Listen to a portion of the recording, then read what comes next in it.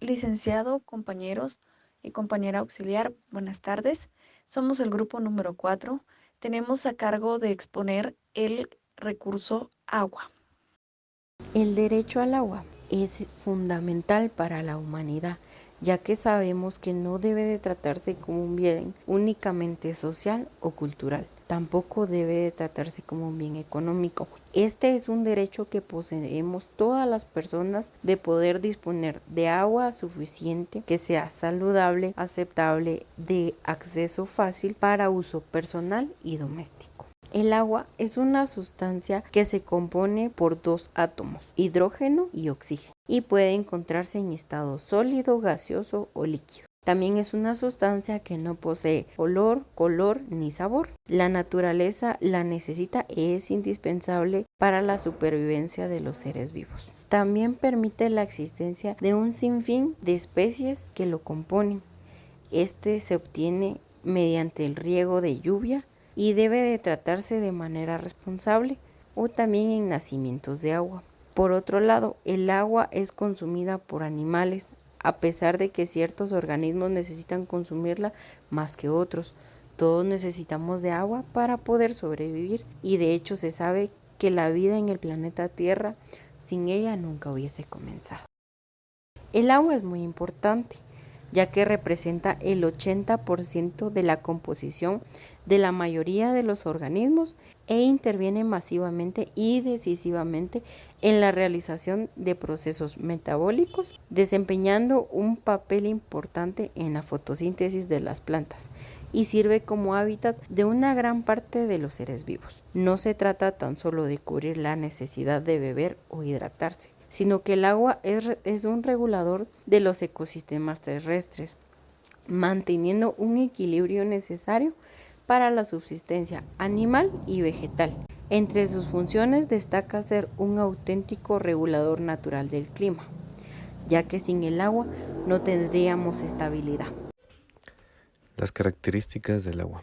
Este líquido vital para la vida tiene varias características que lo hacen único e impresionante, y una de las cuales me gustaría comentar es que este puede absorber el calor mucho antes de subir de temperatura. Esto lo hace una magnífica herramienta para la refrigeración y obviamente es utilizado para poder refrigerar maquinaria pesada, sierras de corte de metal que le ayudan a mantener a la sierra una temperatura de la cual pueda seguir trabajando de una manera continua. También es utilizado mucho en motores, como en motores automotrices, para refrigerar obviamente la condición del motor. Otro de los puntos a resaltar es que su punto de ebullición es a los 100 grados centígrados y eso le permite una flexibilidad para poder ser un excelente refrigerante. Tiene también propiedades de tensión superficial. ¿A qué nos referimos con esto de la tensión superficial? Pues simple y sencillamente es que el agua es elástica. Y nos preguntaremos, ¿verdad?, ¿cómo es esto posible? Para este ejemplo me gustaría invitarles a imaginarse un vaso de agua que está derramándose sobre una superficie plana, una superficie lisa o quizás una superficie impermeable. Vemos que en lugar de separarse, el agua se empieza a agrupar y forma un pequeño charco, ¿verdad? De la misma manera, tal vez otro ejemplo para poder estar un poquito más claros, después de que cae la lluvia, vemos que el agua, en lugar de quedarse sobre el suelo en forma de gotas separadas, se queda unida en forma de charcos. Ese es otro de los ejemplos que podemos apreciar acerca de esta propiedad tan interesante que tiene el agua, que se llama tensión superficial. Los ciclos o estados del agua. Desde primaria se nos ha enseñado que el agua tiene 3 diferentes estados o ciclos, ¿verdad? Estos serían el estado líquido, el estado gaseoso y el estado sólido.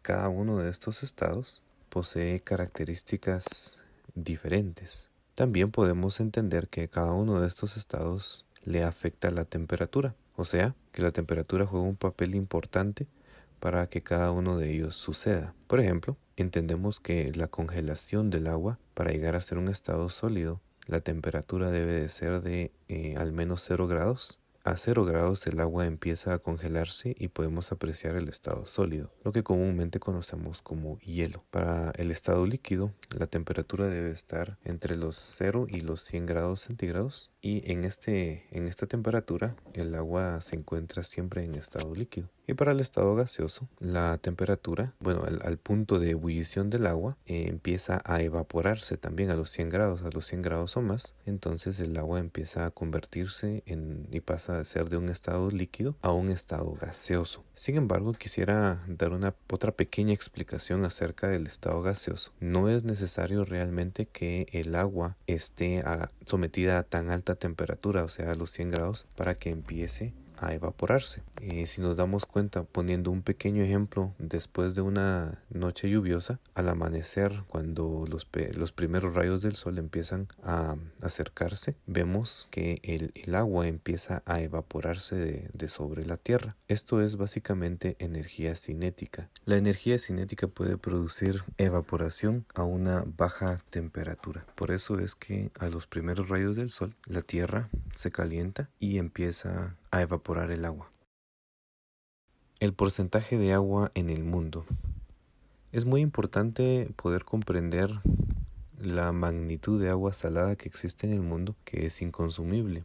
Los porcentajes que actualmente tenemos es que el 97.5% del total del agua es salada, la cual no se puede consumir, y el 2.5% del total de agua en la tierra es agua dulce, la cual es consumible. Sin embargo, de este 2.5% podemos deducir que el 69.7% de este total son glaciares, o sea, es agua congelada en su estado sólido. El 30% es la que se obtiene por medio de acuíferos y el 0.3% se obtiene por medio de ríos y arroyos. Para extendernos un poco más, el 69.7% de glaciares, ¿verdad? Es agua inconsumible, ya que se encuentra en un estado sólido, del cual no podemos hacer uso. El 30%, que es la siguiente cantidad, que proviene de acuíferos, es básicamente la mayor fuente de agua que existe en el planeta, la cual se constituye por medio de pozos, en su mayoría, ¿verdad? Pozos municipales podrían ser, pozos de agua dulce y pozos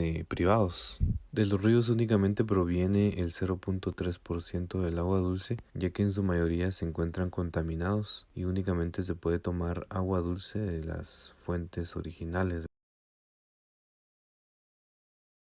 El cambio climático se refiere a los cambios a largo plazo de las temperaturas y los patrones climáticos. Estos cambios pueden ser naturales, por ejemplo a través de las variaciones del ciclo solar, pero desde el siglo XIX las actividades humanas han sido el principal motor de cambio climático, debido principalmente a la quema de combustibles fósiles como el carbón, el petróleo y el gas. Esto genera emisiones de gases de efecto invernadero que actúan como una manta que envuelve a la Tierra, atrapando el calor del sol y elevando las temperaturas. Todo esto genera un calentamiento global, como se viene dando con mayor intensidad desde el siglo XIX. Esto ya no es un problema del futuro, ahora es un problema del presente. Es una situación que debemos de parar de inmediato o la destrucción del planeta será irreversible. Dentro de las consecuencias del calentamiento global podemos mencionar las temperaturas más cálidas, menor cantidad de lluvia, pero con mayores intensidades cuando nos toque tener tormentas u huracanes. También la propagación de enfermedades y el derretimiento de los glaciares, cambios de los ecosistemas, desaparición de especies animales o aumento del nivel del mar. Para algunas personas, el problema del agua es debido a la escasez física del mismo, pues este tipo de escasez de agua se da cuando los recursos hídricos aptos para el consumo,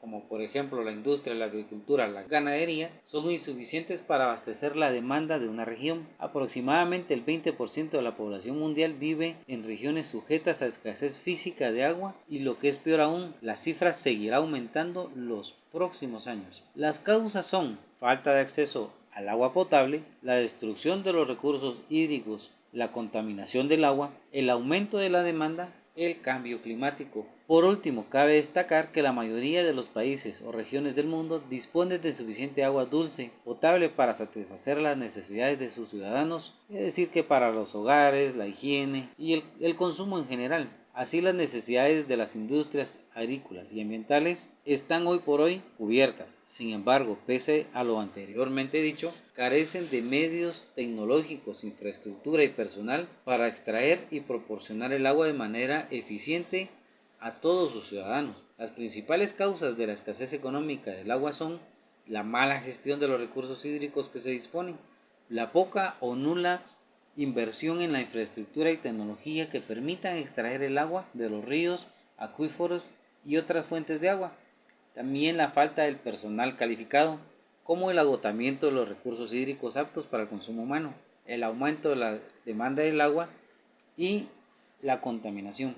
No obstante, la escasez económica de agua trae consigo mayores consecuencias, como podríamos mencionar conflictos regionales por el acceso al agua potable, también el incremento a los índices de la pobreza. Se disparan las enfermedades relacionadas a la escasez hídrica. También se ve afectada la biodiversidad porque sufre de degradación, problemas de higiene y saneamiento, y también afecta a la agricultura, a la ganadería, en general a la seguridad alimentaria.